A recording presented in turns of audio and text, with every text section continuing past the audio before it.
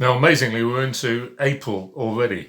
Daylight saving all over the world, and British summertime back here in good old Blighty. So yes, the season is upon us. We've got some interesting stories for you in the April issue. Our cover story is an interview that I did with Jane Riley from Grace. Now, Jane, if you know her, is a bit of a live wire. She's good fun, and she was telling me a little bit about her sort of management style. And we were talking very much about something that I think is really important. We were talking about not so much what companies do, but more about why they do it. And if you can get down to the fundamentals of why companies do what they do, why people go to work every day, not just to earn money, there's more to it than that. Then actually the whole thing becomes really quite interesting. Have a read of the story. It's the cover story. It's on page 26 in the magazine. Have a look at that. We've got an interview with Torben Taggart. He's from Denmark, and he runs a service to Spain. I didn't even know there was really a regular requirement for a route from Scandinavia to Spain, but apparently there is, and Torben's running it. So have a look at that one.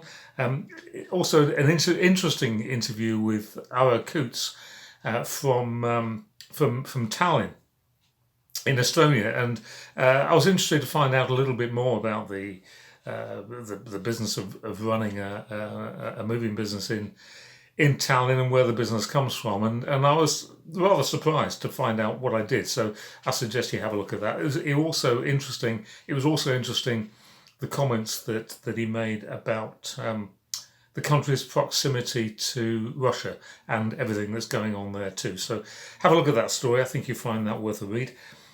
We've got a story from Ray De Silva from the United States about environmental sustainability.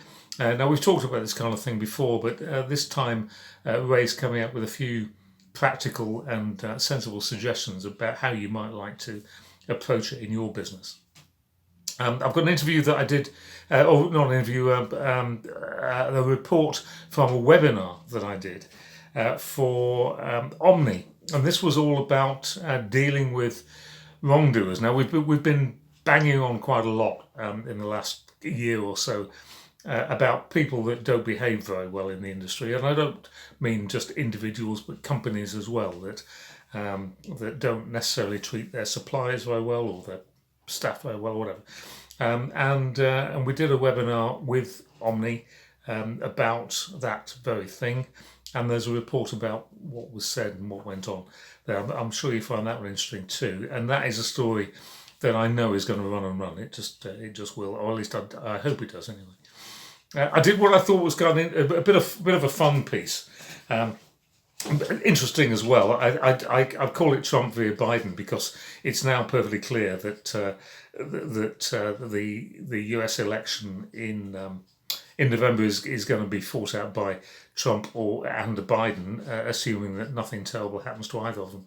And in the meantime, and I was intrigued really to find out what people thought would be the relative merits or otherwise of either winning. And it was kind of interesting really because some people have come up with some interesting thoughts, but also it was I was fascinated to see how many people chose not to comment, presumably because they didn't want to give away their own political leanings. Well, I wasn't actually asking them to do that. I was just asking them to draw a comparison between a result one way or a result the other. They obviously felt that they couldn't do that without revealing what their political preferences were, but which I thought was a bit sad. But anyway, have a look at the rest of the story. There's lots of quite good stuff in there. Quite an interesting read. And I've also got an interview with a chap called Vince Burano, who some of you will know. He's from the United States, and it's all about selling. I said to him that I thought that the selling in the movie industry was not really very good, and that's something that he specialises in. So he's produced an article that we call The Race to the Bottom, and it's talking about that very thing. But it's a story in two parts, and read the first bit. But the second bit, which we're hoping to do in May, if we can, is talking very specifically about sales techniques and the way in which you can, the techniques that you can employ to sell against a price objective. So when the customer says, sorry, you're not getting the job because you're too expensive, what do you say then?